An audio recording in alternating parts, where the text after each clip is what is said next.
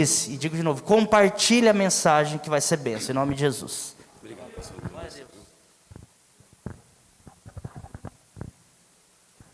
Meus irmãos, bom dia. Amém. Graça e paz do nosso Senhor Jesus, amém? É bom estar aqui porque eu também queria estar. Existe uma diferença de você vir, como o Bruno falou, né? Existe uma diferença de você vir para cumprir uma agenda, e uma diferença de você vir porque você quer estar. Quando você coloca no seu coração que você quer estar no lugar, nada vai importar naquele lugar, a não ser a presença de Deus. Quando você coloca no coração, eu quero estar ali, então o pregador não importa quem é que vai pregar, não importa quem vai cantar, não importa se a música vai estar boa, se vai estar quente ou se vai estar frio, porque você quer estar ali. Você quis ir até aquele lugar, então é diferente. E essa semana o pastor Roger falou comigo, acho que foi na terça, né, pastor? Acho que terça ou quarta-feira, ele falou assim: irmão, eu queria te fazer o convite para você pregar domingo na igreja, devido à agenda do meu trabalho, já estava agendado para eu folgar hoje. Só que eu falei para ele assim: olha, meu trabalho é imprevisível, pode ser que eles me chamem em cima da hora e aí eu vou ter que falar não, né? Porque tem o trabalho e tal. Aí ele falou assim: então faz o seguinte, sexta-feira você confirma, né? Se você vai conseguir estar. Aí quando eu fiquei sabendo mesmo que eu ia folgar no domingo, que é hoje, eu mandei uma mensagem para ele, porque eu queria estar aqui. Porque eu queria poder compartilhar da palavra de Deus com vocês. Muitos aqui eu não conheço ainda, devido à minha ausência, à minha distância aqui da igreja, envolvido com muitos trabalhos, muitos projetos, você acaba tirando um pouco o pé também, o tempo não deixa, o tempo que você tem que cuidar da igreja de Hortolândia, enfim, está muito difícil, mas hoje Deus deu a graça e o privilégio de poder compartilhar da palavra com vocês. Eu tenho certeza que Deus vai tratar, vai falar nos nossos corações, e como diz o pastor, quem precisa de palavra? Amém. Então vamos lá para a palavra. Abra a palavra do Senhor. Estou aqui com a minha família, minha esposa Cristina, meus 2 filhos. O Lucas está lá na escolinha, causando terror. e a Carol está ali em cima. Estou muito feliz de poder estar com vocês. Salmo 46. Amém, meus irmãos? Um dia chuvoso, um dia preguiçoso para... Falei para a Cris dentro do carro, você abre a janela e vê a chuva caindo e fala assim: quero dormir um pouquinho mais. Mas nós temos a responsabilidade e, como eu disse, nós queria estar aqui. Salmo 46, salmo bem conhecido, e nós vamos ali esmiuçar o que Deus quer falar comigo e com você. Aos nossos irmãos que estão em casa, a paz do Senhor, Deus abençoe vocês, e também que você possa abrir a sua palavra, a sua Bíblia, seu aplicativo, e acompanhe aí, porque eu tenho certeza que você também quis ligar o seu computador, o seu notebook, o seu celular, para assistir esse culto que está sendo tão abençoado, como o pastor Roger disse, está reverberando e atingindo outras pessoas. Eu lembro que no início da pandemia, lá em Hortolândia, eu não sei aqui, mas em Hortolândia a gente teve que 5 pessoas só podiam fazer o culto, e tinha gente da Europa assistindo o culto, né? Pessoas da Bahia assistindo o culto, pessoas de Minas Gerais assistindo o culto. Então, assim, parece pouco, mas aquilo que você faz, Deus vai reverberando e vai atingindo outras pessoas, porque Deus ele tem o controle da palavra. Amém, meus irmãos? Salmo 46 diz assim: Deus é o nosso refúgio e fortaleza, socorro bem presente na angústia.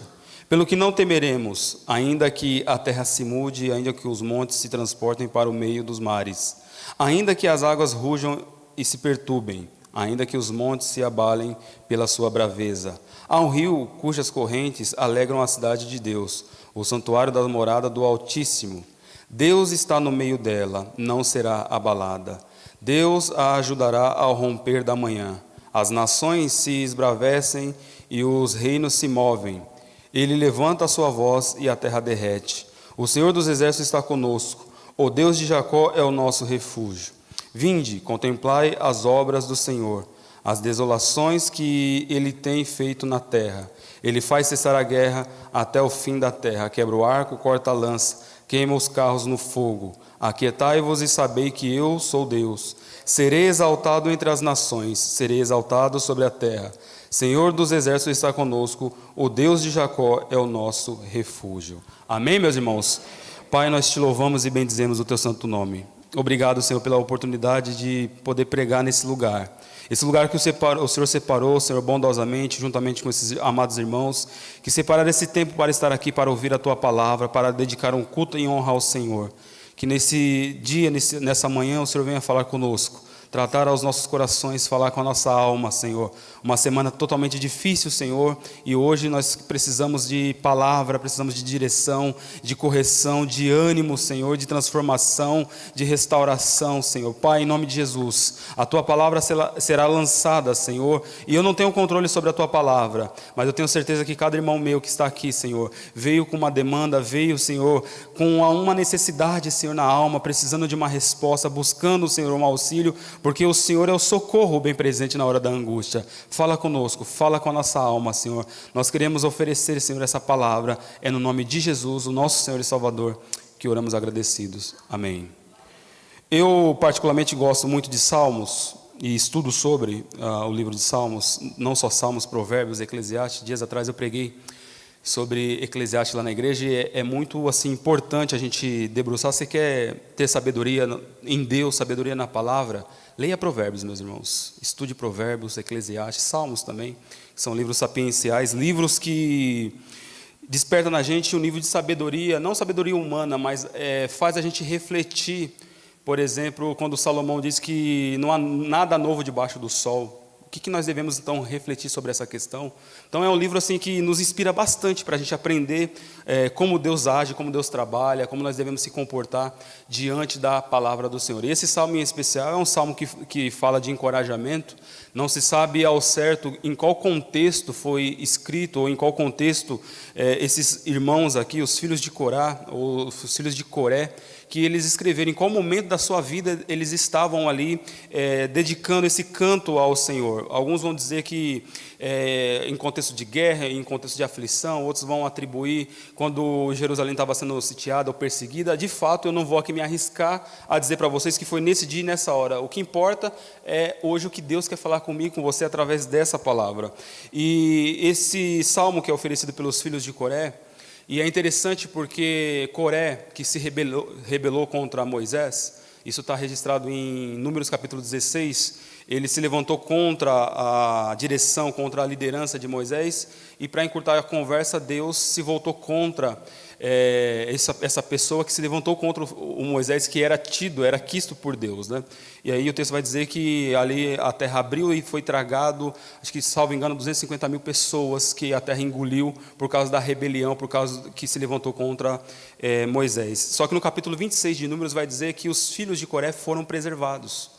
E talvez esses filhos que foram preservados, que é da tribo de Levi, que faz parte ali da tribo que vai cantar, que vai oferecer um culto ao Senhor, e pegou e dedicou esse salmo. Olha que interessante, meus irmãos, o fato dos nossos pais não ter servido a Deus, ou não servir a Deus, no caso meu pai não ter servido porque ele faleceu esse ano, mas o fato dos nossos pais, ou nossa mãe, ou nossa família não estar servindo a Deus, o mais importante é que Deus preserva os remanescentes. O mais importante é que Deus guarda um povo eleito, um povo santo, e a palavra de Deus nunca deixará de ser pregada, o louvor de Deus nunca deixará de ser cantado, porque Deus prepara os remanescentes. Veja, Deus ceifou uma pessoa que quis ser alguma coisa que não era para ser, ele quis ser ali sacerdote, levita, não era para ser, e aí Deus preservou os filhos para que pudesse trazer um cântico, depois trazer um cântico a ele. Nós estamos lendo aqui esse salmo, que é uma dedicação dos filhos de Coré, os filhos de Corá, talvez na sua versão.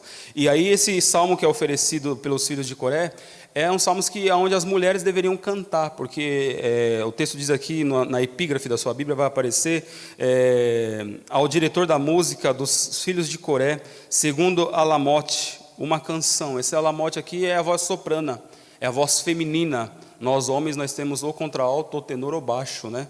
As mulheres que têm essa voz fina, essa voz soprana, essa voz bela. Então, era um salmo que as mulheres que iam se dedicando, cantando e salmodiando ao Senhor. Então, dito isso, meus irmãos, ele entra nesse salmo lindo, que é no versículo 1, dizendo o seguinte: Deus é o nosso refúgio e nossa fortaleza, socorro bem presente na hora da angústia. Vamos meditar nesse primeiro versículo, porque quando nós falamos de Deus o nosso refúgio, nós devemos pensar o que era refúgio. Por isso que eu disse que nesse contexto que ele estava vivendo, e aqui eu faço uma interpolação, talvez num momento de dificuldade, num momento de angústia, num momento de tribulação, ou num momento de perseguição, pastor Marcos. Geralmente as pessoas vão descrever ou vão escrever algo que elas estão vivendo naquela sua realidade. E aqui eles dizendo que Deus é o nosso refúgio, porque eles tinham no seu coração que Deus era a pessoa onde eles podiam se refugiar. E o que é o refúgio? O refúgio é um lugar onde você pode recarregar as energias. Quando você cria uma expectativa, você que trabalha bastante, você vê um feriado como esse, um feriado prolongado, que as pessoas só vão voltar praticamente na terça-feira, você fala assim, eu preciso recarregar minhas energias. Você está cheio de problemas, você está com dívida, você está às vezes até com enfermidade, mas você mentaliza na sua mente, no seu coração, dizendo o seguinte, eu vou para aquela chácara, eu vou para aquele retiro, eu vou para a casa do meu pai, eu vou para a casa da minha mãe, eu vou para a casa da minha avó, eu vou para o meio do mato, eu vou acampar em algum lugar, eu vou para a praia. Por quê? Porque você busca, de certa forma, um refúgio. Você quer algum lugar para você repor a energia, você ter um amparo, você ter um abraço, você poder ali se entregar a uma pessoa dizendo o seguinte, eu preciso de um refúgio, eu preciso de alguma forma descansar. E aqui o salmista está dizendo o seguinte, Deus é o nosso refúgio. Esses irmãos, o salmista está dizendo o seguinte, que Deus era o refúgio deles, que de alguma forma eles poderiam ir até Deus e se refugiar diante das adversidades que eles estavam vivendo no momento. E assim, meu irmão, deve ser o nosso pensamento. Veja que a palavra de Deus, ela é cíclica, ela era no passado, ela é agora e ela vai ser no futuro também. E traz a esperança que você, eu, nós que estamos aqui, podemos ter essa confiança, como os nossos irmãos aqui estão escrevendo, a confiança de falar e dedicar, dizendo que Deus é o nosso refúgio. Onde, pastor Djalma? Quando você pode vir até a casa do Senhor, não somente a casa do Senhor, mas quando a palavra diz que você pode abrir a porta do seu quarto, você pode fechar, você pode buscar a Deus que está em secreto, que está em oculto, mas vê tudo. Então você pode se refugiar também em Deus. É gostoso quando você está aflito, ou é prazeroso, quando você está com angústia na alma, e você tem alguém em quem se refugiar. Seja um amigo, seja um irmão, seja um pastor, seja uma irmã, alguém que você deposita uma confiança, você sabe que naqueles braços você vai estar amparado. Aqui o salmista ele tem uma plena confiança dizendo que Deus é o nosso refúgio, aleluia. E a igreja brasileira, não só a igreja brasileira, mas a igreja no geral, acho que a humanidade no geral, especialmente nós que somos cristãos, nós estamos sofrendo, meu irmão, a terra está gemendo, a palavra de Deus está se cumprindo, é tanta desgraça, tanta enfermidade, é pandemia, parece estar indo embora, mas parece que agora já está voltando de novo, é uma questão que está nos deixando aflito, a inflação está lá em cima, você está trabalhando só para pagar dívida, está difícil as coisas, e você fala assim, em quem eu vou me refugiar? Porque você olha para um lado, as coisas estão tudo difíceis, as coisas estão complicadas. Você que é cristão, você que é crente, você que é lavado e remido pelo sangue do Cordeiro, você que está aqui, você que está nos assistindo aqui pela internet, entenda que Deus é o seu refúgio, aonde você pode buscar socorro e auxílio, aleluia. O texto diz, Deus é o nosso refúgio. Deus é o nosso refúgio. E ele vai continuar dizendo o seguinte, ele não é só apenas o nosso refúgio, mas ele também é nossa fortaleza. O que significa fortaleza para você? É proteção, meu irmão. É guarida. É proteção de alguém. Quando você vai... Fortaleza também pode ser alguém. Num sentido figurado pode ser alguém. Eu busco uma proteção no pastor Roger porque eu sei que dele, de certa forma, as palavras dele me protegem de alguma forma. Eu busco numa irmã porque eu sei que vai vir palavras de proteção. Proteção, ou seja, não vai por aqui, não faz desse jeito. Ou seja, fortaleza também pode ser uma pessoa. Pode ser um lugar onde você busca proteção nas guerras, na situação bélica, por isso que eu digo que esse contexto pode ser um contexto de guerra, eles buscavam montanhas, grutas, lugares onde eles poderiam se esconder, se proteger contra as investidas do inimigo. E nossa maior fortaleza, meu irmão, de fato, não está em uma pessoa, não está em um sistema, não está aqui na igreja. Nossa maior fortaleza não está no banco, no agiota, não está no amigo, mas a nossa maior fortaleza é o nosso próprio Deus. Ele não apenas é o nosso refúgio, mas Ele é a nossa fortaleza. É Ele que nos protege, é Ele que nos guarda, é nele que você sente a paz, a segurança. Sabe quando você está aflito? Quando você está angustiado, quando as contas não fecham, quando você está perdido, quando você não sabe o que fazer, como o Davi também estava perdido e não sabia o que fazer, ele falou assim, olha, eu vou buscar em Deus uma resposta, porque eu não sei o que fazer. E quando você se lança a Deus, quando você busca a Deus, quando você se oferece a Deus, você encontra fortaleza, você encontra refúgio, você encontra proteção, porque você sabe que Deus é o socorro bem presente na hora da angústia. Você sabe que Deus ele vai te proteger.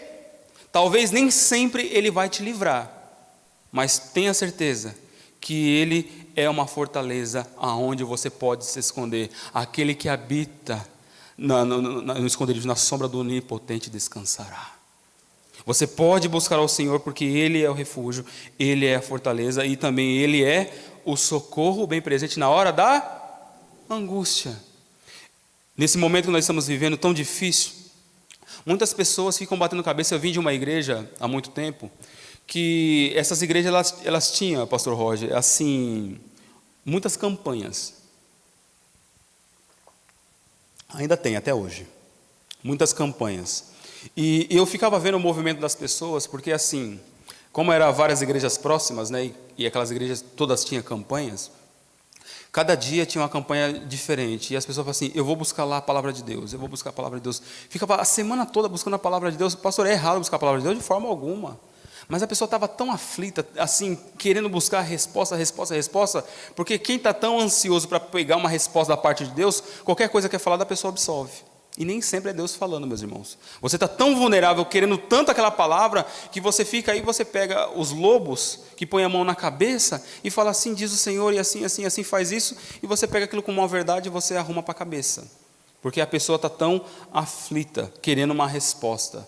Então as pessoas ficam batendo cabeça, procura numa igreja, procura em outra igreja, vai no pastor, pede oração para um pastor, pede oração para outro pastor, pede para o bispo, pede para o apóstolo, depois vai na irmã que ora forte, depois vai na irmã de coque, depois vai na igreja tal, depois vai na igreja B, querendo uma resposta.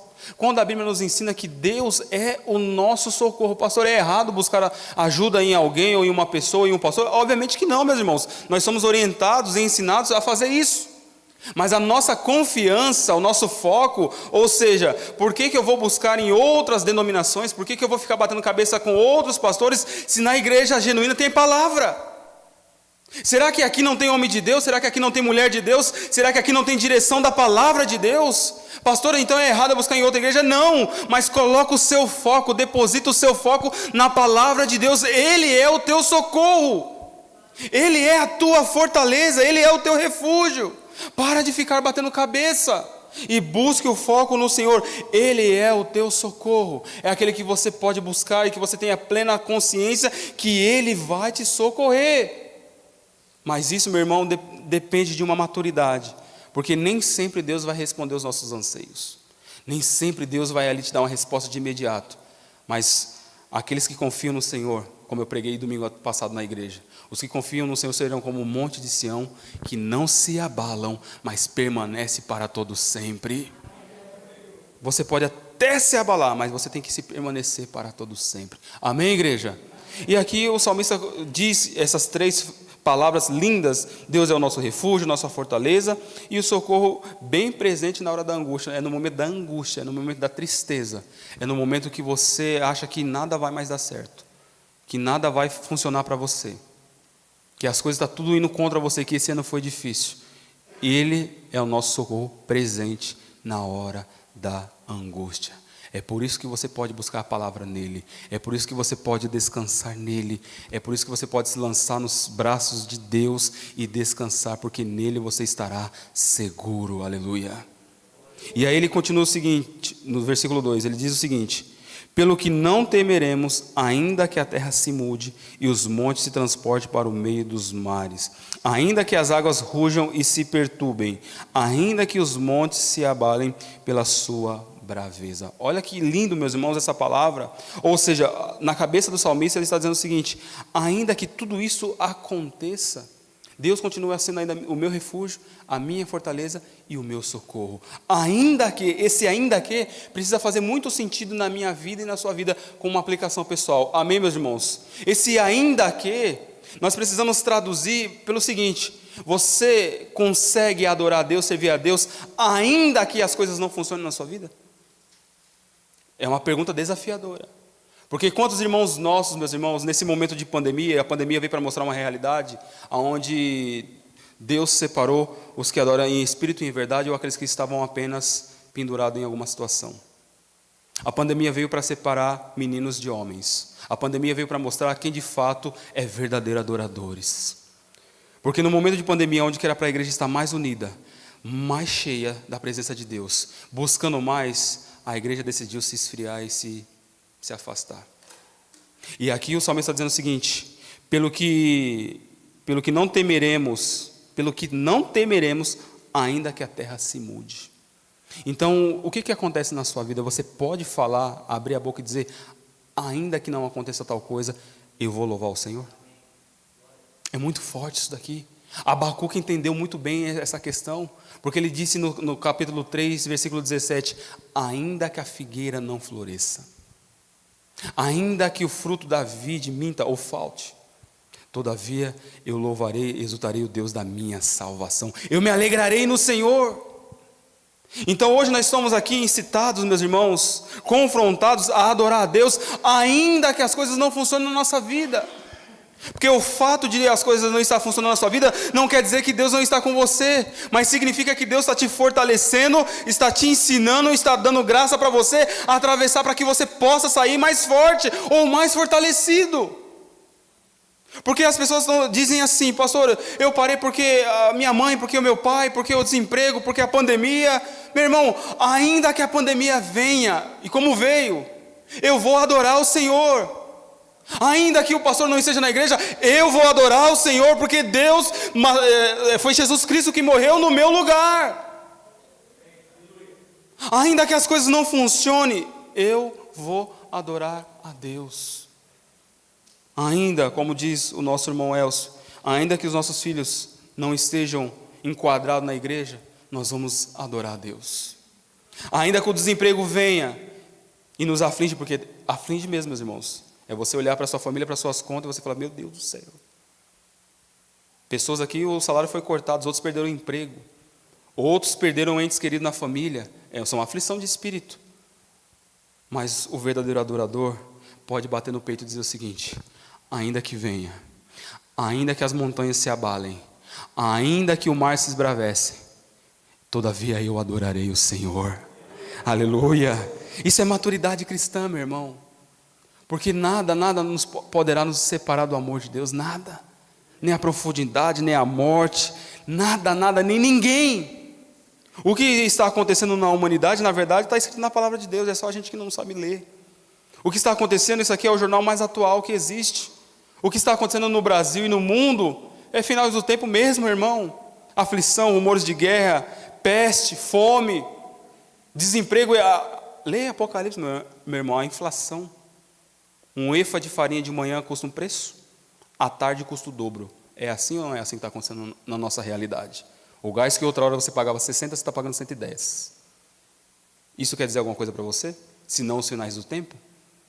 Então aonde que nós devemos se apegar? Em Deus que é o nosso refúgio, em Deus que é a nossa fortaleza, e nele que é o nosso socorro, e colocar na nossa mente: ainda que as coisas não aconteçam do jeito que eu gostaria, porque nós pintamos um quadro, nós desenhamos algo que seja ideal para a gente vive num mundo ideal. Eu queria minha casa assim, eu queria meu carro assim, eu queria meus filhos dessa forma. A gente pinta, mas nem sempre vai acontecer do jeitinho que nós planejamos, nem sempre. E quando as coisas acontecem diferente, meus irmãos, a gente precisa fazer da nossa oração a mesma oração que Abacuque fez.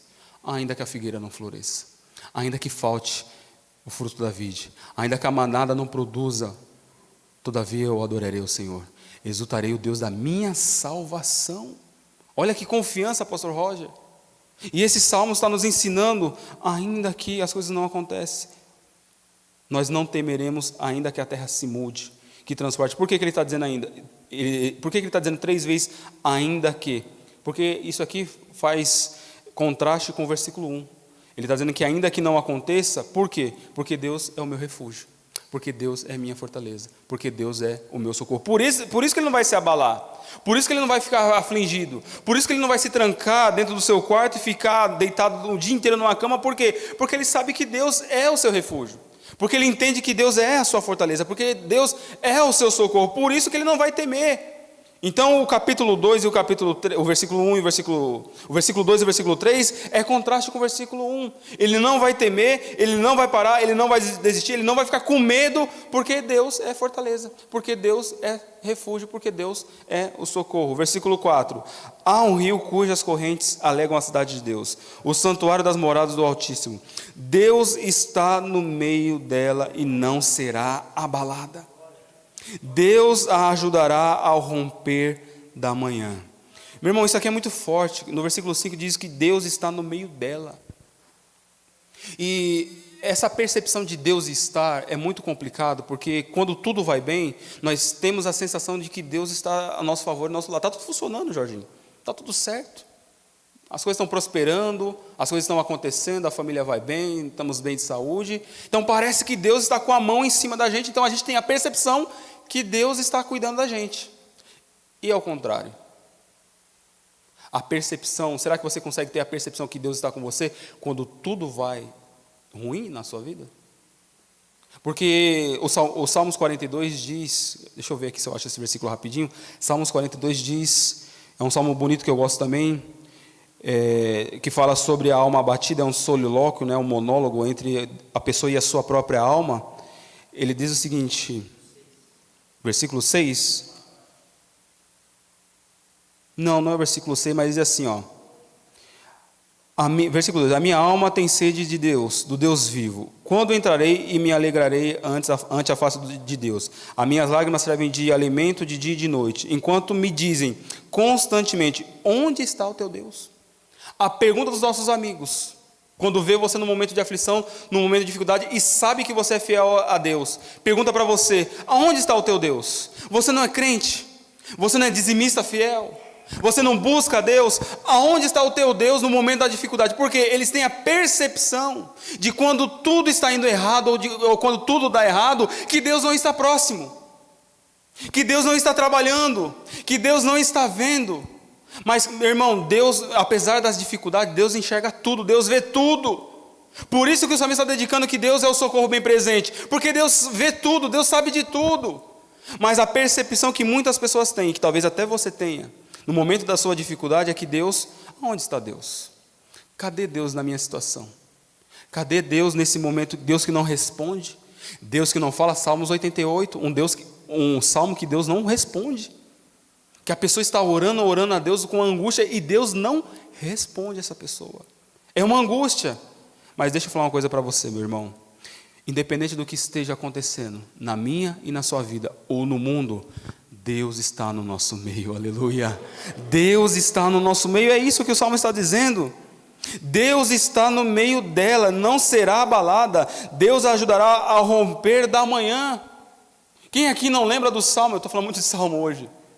Eu deitei e acordei porque o Senhor me sustentou. O choro pode durar uma noite, mas a alegria vem pelo amanhã. Ou seja, Deus está sempre no nosso meio. Se você busca ao Senhor em espírito e em verdade, se você é fiel ao Senhor, se você está vivendo a sua vida com fidelidade, entenda, meu irmão, independente do que esteja acontecendo ou do que as pessoas estão falando para você, o mais importante não é o diagnóstico do médico, o mais importante não é a bolsa de valores, o mais importante não é o que o seu pai fala ao seu respeito, o mais importante é o que a palavra diz, e a palavra diz que Deus está no nosso meio, porque Jesus Cristo disse: onde tiver 2 ou 3 reunidos no nome dEle, Ele estaria, e Deus está aqui. Apocalipse diz que Jesus Cristo, passeia no meio dos castiçais, que Deus transita pelo meio da igreja. Ele está aqui nessa manhã, meus irmãos. Ele está no meio dela. Pastor, mas Deus está aqui, mas eu estou tão aflito, mas Deus está aqui. Pastor, Deus está aqui, mas eu estou tão angustiado, mas Deus está aqui. Pastor, o Senhor está pregando, mas eu estou tão assim, eu levantei tão assado. Mas Deus está aqui, meu irmão.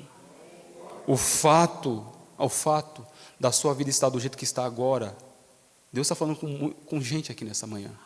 O fato de estar desse jeito não significa que Deus está distante, porque diz que Ele é o socorro bem presente na hora da angústia. Ele está no meio dela. Versículo 6. As nações se esbravecem e os reinos se movem. Ele levanta a tua voz e a terra derrete. O Senhor dos exércitos está conosco. O Deus de Jacó é o nosso refúgio. De novo. Olha o poder da palavra de Deus, meu irmão. Eu sempre brinco que as pessoas, os ateus, os incrédulos que não acreditam em Deus ou na sua palavra, eu falo: meu filho, se você acreditar que Deus criou os céus e a terra, está fácil. Se Deus foi capaz de criar, como eu acredito e você também acredita, que Deus criou todas as coisas pelo poder da tua palavra, com apenas uma palavra, Ele pode aquietar tudo que está agitado na sua vida. Foi assim que Jesus fez. Enquanto seus discípulos estavam temerosos, com medos, aflitos, porque o barco ia vir a pique, porque ia afundar, e Jesus estava dormindo. Quando eles despertaram Jesus, ele falou assim: mas o senhor não se importa que nós morramos aqui? O senhor não se importa com a gente? O senhor convidou a gente, chamou a gente para ser discípulo, mas agora o senhor quer nos matar aqui? Palavras minhas, tá, meus irmãos? E Jesus falou assim: pessoas de vocês não têm fé. E ele falou assim: vento, mar, se aquiete, com apenas o poder da palavra. E o texto, o versículo de número 6 diz assim: as nações se esbravecem, os reinos se movem. Ou seja, pessoas se levantam contra Deus, contra o povo de Deus. As coisas, as calamidades, as dificuldades, as aflições, as tribulações vêm para o povo de Deus. Meu irmão, no mundo nós teremos aflição. Jesus Cristo já alertou a gente isso. Você não foi pego de inocente na história. Você já sabe que no mundo nós vamos ter aflição. Mas tenha bom ânimo. E no versículo 6, as nações vão se esbravecer, vão se levantar a sua voz, mas quando Deus levanta a sua voz, a terra se derrete. Sabe por quê? Porque Deus tem o poder da sua palavra. E através daquilo que está acontecendo na sua vida, na minha vida, com apenas uma palavra, com apenas um toque da parte de Deus, tudo pode voltar ao lugar, tudo pode ser restaurado, tudo pode ser transformado, tudo pode voltar ao mesmo lugar. Pelo poder da sua voz, ele está dizendo o seguinte: as nações vão se levantar, vão se mover, mas ele quem Deus, ele vai levantar a sua voz e a terra se derrete. Por quê? Porque ele tem o poder da palavra. Quando ele diz mar se aquiete, o mar tem que se acalmar. Quando ele diz enfermidade vai embora, a enfermidade vai embora. Quando ele diz morto se levanta, o morto vai se levantar. Pelo poder da sua palavra. Pelo poder da sua palavra. Ele pode levantar o abatido, aquele que não tem nenhum vigor, como o Isaías vai dizer. Versículo de número 8: vinde, contemplai as obras do Senhor, as desolações que Ele tem feito na terra. Ele faz cessar as guerras até o fim da terra, quebra o arco e corta a lança, queima os carros no fogo. Esse versículo 8, vinde, contemplai as obras do Senhor, talvez para aquele mais desiludido, para aquele irmão que estava mais temeroso, mais desconfiado, o salmista estava dizendo o seguinte: olha, vem aqui, vinde, contemplai. Contemplar é olhar, observar. Contemplai, perceba as obras, em algumas versões, as maravilhas, os milagres que Deus tem feito. Ou seja, o convite do salmista para aquele povo era dizendo o seguinte: vem, então vamos olhar na história as maravilhas que Deus já fez. E quais são as maravilhas que Deus fez? Várias, meus irmãos. Nos relatos bíblicos, várias coisas Deus fez. O versículo 8 diz assim, aí o contexto de guerra, as desolações que Ele tem feito na terra. Quem foi que fez essa desolação na terra? Deus. Vinde e contemplai as desolações que o Senhor tem feito na terra. Ele faz cessar a guerra e até o fim da terra. Quando o salmista convida os outros irmãos para poder contemplar, é dizendo o seguinte: o Deus que fez no passado é o Deus que vai fazer no nosso contexto. Olha na história e veja o que Deus fez. Olha como Ele tratou, olha como Ele agiu. Quando o povo gemeu no Egito, Deus tirou com o braço forte. Quando o povo precisava de comida, Ele deu comida no deserto. Quando o povo precisou de água, Ele deu água da rocha. Quando Deus precisou fazer alguma coisa no passado, Ele falou com o poder da tua palavra. Vinde contemplar o que Deus fez no passado. Ou seja, por que a gente tem que contemplar as coisas que Deus fez no passado? Para a gente entender que Deus não mudou. Ele é o mesmo ontem, Ele é o mesmo hoje, Ele é o mesmo eternamente. O que Ele fez no passado é o que Ele faz no presente. E esse convite, vinde e contemplai o que Deus fez, as desolações, ou seja, essas desolações, quantas vezes você já leu os livramentos que Deus fez deu ao povo de Israel? Quantos reis se levantaram contra os filhos de Deus e Deus deu livramento? O povo se levantou para poder afligir o povo de Deus e Deus foi lá e ceifou todo aquele reinado. Os filisteus, os amalequitas, os jebuseus, todos os povos que se levantou contra Israel, Deus desolou. Por quê? Porque o povo de Israel era o povo escolhido de Deus. E aqui o salmista está dizendo o seguinte: vamos olhar na história e vamos aprender o que Deus fez no passado e no nosso contexto o que Deus pode fazer. Nós não podemos ficar com medo, nós não podemos temer, porque o que Deus fez no passado, Deus pode fazer no nosso presente. Assim Deus convida eu e você também para fazer um retrospecto, uma retrospectiva do que Deus já fez na sua vida, de como Deus já agiu na sua vida. Porque nós apenas olhamos para frente, de fato somos ensinados a olhar apenas para frente. Mas às vezes a gente tem que parar, olhar no retrovisor da história e falar assim, poxa, quem eu era no passado? O que eu já fiz no passado? Qual foi o meu comportamento no passado? Da onde foi que Deus me tirou? Da onde foi que Deus me salvou? Quais foram as maravilhas que Deus fez no passado?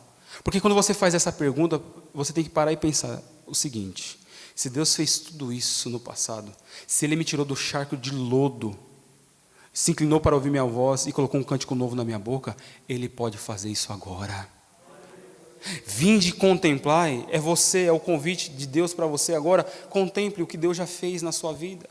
Porque quantas pessoas estão vivendo e estão dizendo o seguinte: Deus não faz mais, Deus não responde mais, Deus não fala mais, Deus não age mais, eu não sinto mais Deus. Mas e o que Deus já fez?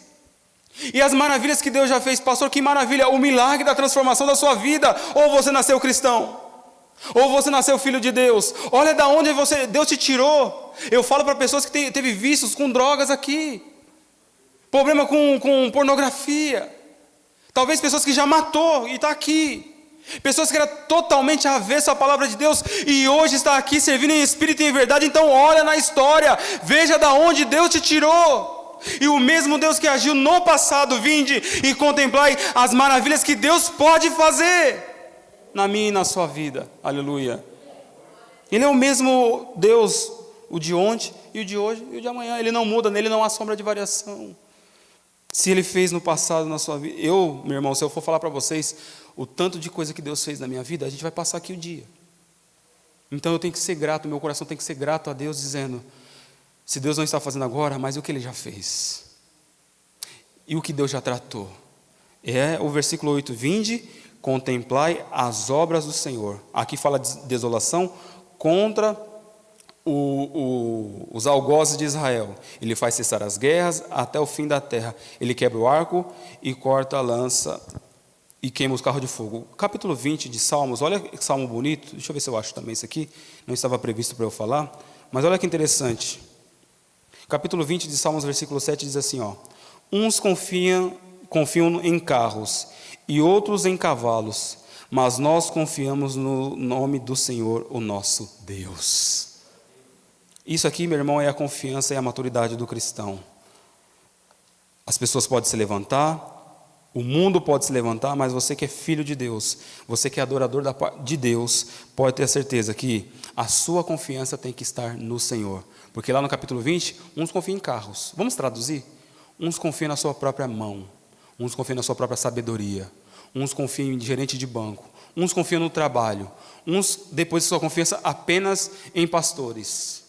Mas nós, todavia, confiaremos no Senhor. Porque é o Senhor, meu irmão, que é socorro bem presente na hora da angústia. Não esqueça disso. Vinde contemplar as obras que Deus fez. O que Deus fez na sua vida foi um grande milagre. E aqui eu encerro, meu irmão, essa palavra dessa manhã dizendo o seguinte. Versículo 10. Aquietai-vos e sabei que eu sou Deus. Eu serei exaltado entre as nações, serei exaltado na terra.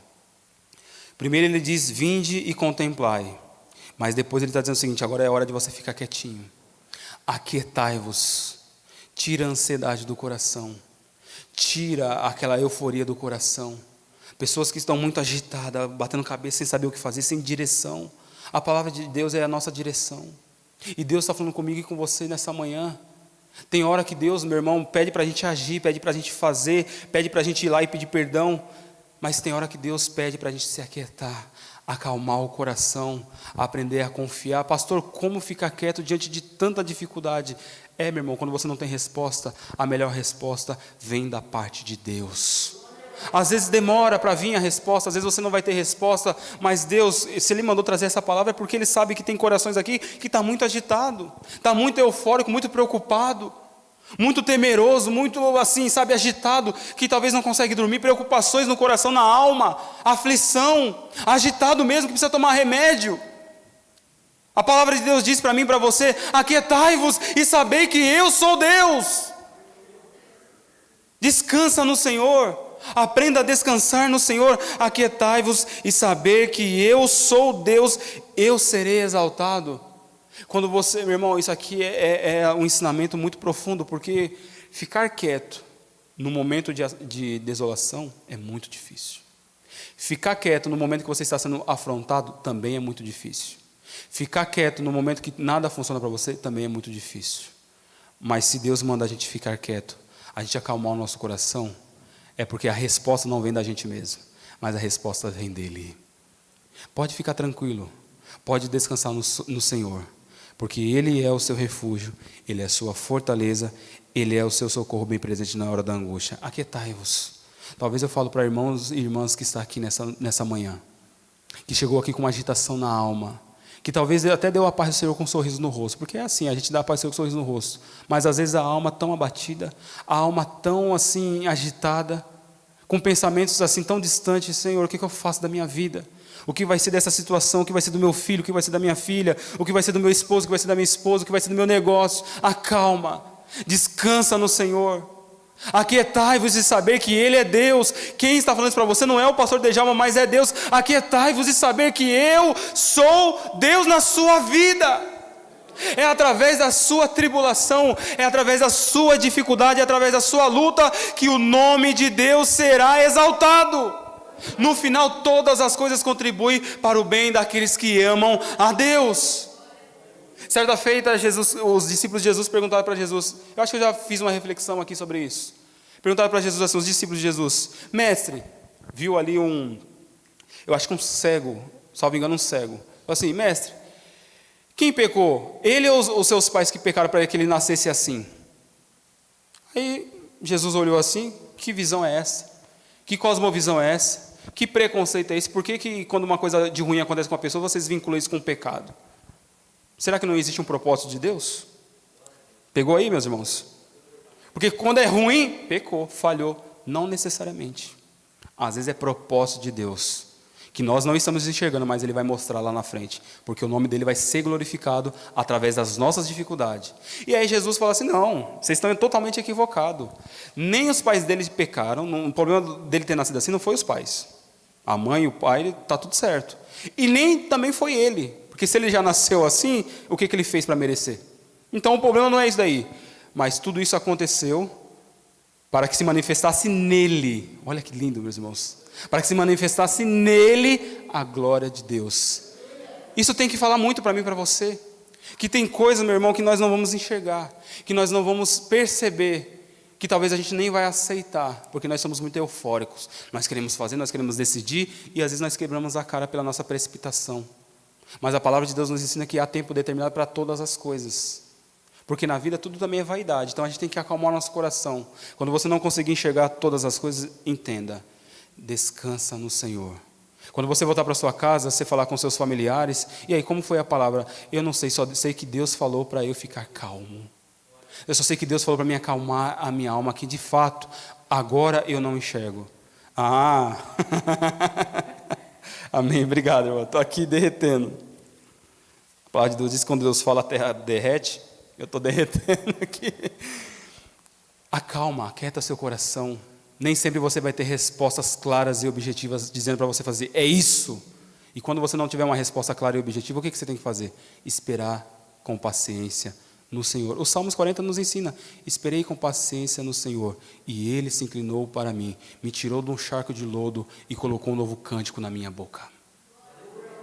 Mas esperar com paciência para o Senhor é um exercício na alma, porque nós, seres humanos, nós somos precipitados, nós queremos resolver, nós queremos fazer, porque tudo isso tem a ver comigo, tem a ver com a família, tem a ver com o sistema, nós queremos fazer. Mas Deus, nessa manhã, disse para mim e para você, queridos, para você que separou esse tempo, esse dia chuvoso, você que tinha qualquer outro lugar para ir, mas decidiu separar esse tempo para vir aqui.